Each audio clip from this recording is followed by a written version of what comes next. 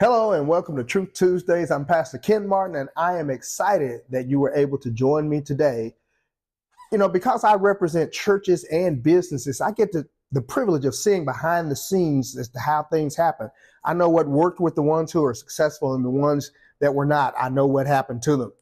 And so some of the things I share here are public knowledge.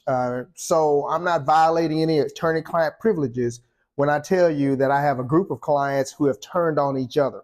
A portion of them are suing the other ones. And, usually people have trouble when a business is not making money, but this company is very, very profitable. I mean, it's astronomically profitable, better than anything I've heard of in the market.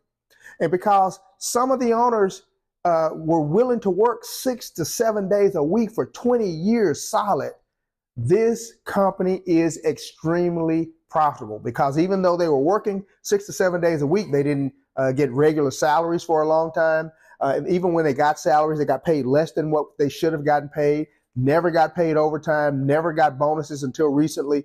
They put their sweat and blood, everything they had into that company. And so it is successful. But, there are those investors who did not do any of that. They didn't work at all on it. I mean, they kind of dialed themselves out in the first year or two. And so they are now suing the ones who made the company successful because they want more than what they got. Now, they could settle this lawsuit. It really should go away. They shouldn't be suing each other. They got returns that were probably almost 10 times better than my best year's return in the market. I got 17% one year, and these guys are making a lot more than that.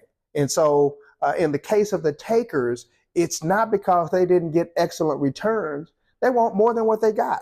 I mean, they put in money in year one, and if you average it out, they got that money back in year one plus 50% return. They got that money back again in year two, even though they already been paid it, and they got a 50% return, and they got that money back in year three, even though they'd already gotten the money they invested back, and they still got a 50%, more than 50% return. I mean, they were making hand over fist. And the same way it happens with Christians. And so some Christians are going to be surprised when I say this, but it is more blessed to give than it is to receive. I know disciples aren't shocked by that because we live by the word. But for people who don't live by the word, they're spectators of the word, they're Christians and part of the Christian club, it's a shock. But it's always more blessed to give than it is to receive. So the guys who were, and ladies, who were giving are more blessed than those who were receiving it. And they're unhappy and they still want more. Genesis 8:22, famously, I've been preaching it seems every other week now, that as long as the earth remains, there is seed time and harvest. There is cold and there is hot. There is summer and there is winter. There is day and there's not, and they don't cease. Luke 6:38 says, give and it shall be given unto you.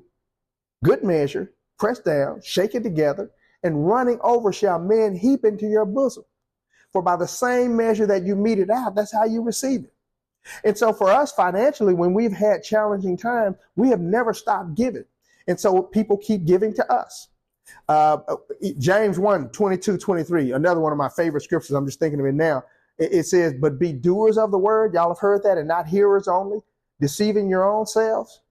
For if any of you are just hearers of the word and not doers, he or she is like a man or a woman who is beholding their natural face in the glass. And when they walk away, they forget what they even saw in the mirror. In the same way that we are exhorted to make sure that we are not just hearers, but doers of the word, we're also exhorted not just to be receivers in a lot of scriptures. Now, so I'm not doing a sermon here. I won't give you all the scriptures, but I just want to exhort you today to choose to be a giver. Make it a point today to become a doer of the word, not just a hearer. Today, make it a point to become a giver and not just a receiver. You have to make the decision and then act on it. Because when you give or sow, the scripture says, and you can count on this, it says, now he that ministers seed to the sower, that's you. If you decide you want to sow, you decide you want to give, he makes sure you have something to give. And then he also makes sure that you have food to eat. And then the scriptures say he multiplies your seed sown. So whatever you gave, it gets multiplied. And then he also increases the fruits of your righteousness. So you wind up finding yourself, the scripture says, being enriched in everything in all bountifulness, which causes us to give thanksgiving to God. That was the Apostle Paul talking. He was saying you wind up being even more blessed than you were when you started. And I'm sorry, you may be offended by that, but that's just the truth, the whole truth, and nothing but the truth. Don't forget to like, share, and subscribe. Send this to one of your friends who can be blessed by it. I shall look forward to seeing you again.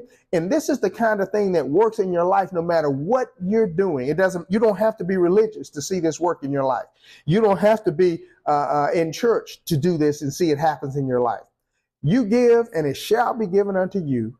Good measure, pressed down, shaken together, and running over shall men heap into your bosom. That's just the word.